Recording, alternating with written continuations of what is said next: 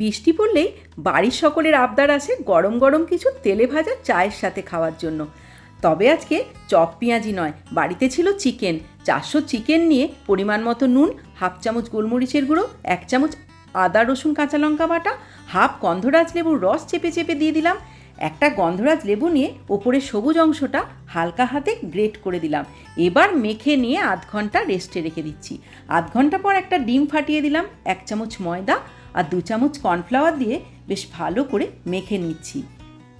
কড়াইয়ে তেল গরম হয়ে গেলে একটা একটা করে পকোড়া তেলের মধ্যে দিয়ে বেশ লাল লাল করে ভেজে তুলে নিচ্ছি। পকোড়া ভাজা হলে ওপর থেকে গোলমরিচের গুঁড়ো, বিট নুন আর একটু গন্ধরাজ লেবুর রস ছড়িয়ে সস দিয়ে চায়ের আড্ডায় গরম গরম পরিবেশন করে দিচ্ছি। তোমরাও একবার এইভাবে গন্ধরাজ চিকেন পকোড়াটা বানিয়ে চা কফির সাথে খেয়ে দেখো তো কেমন লাগে।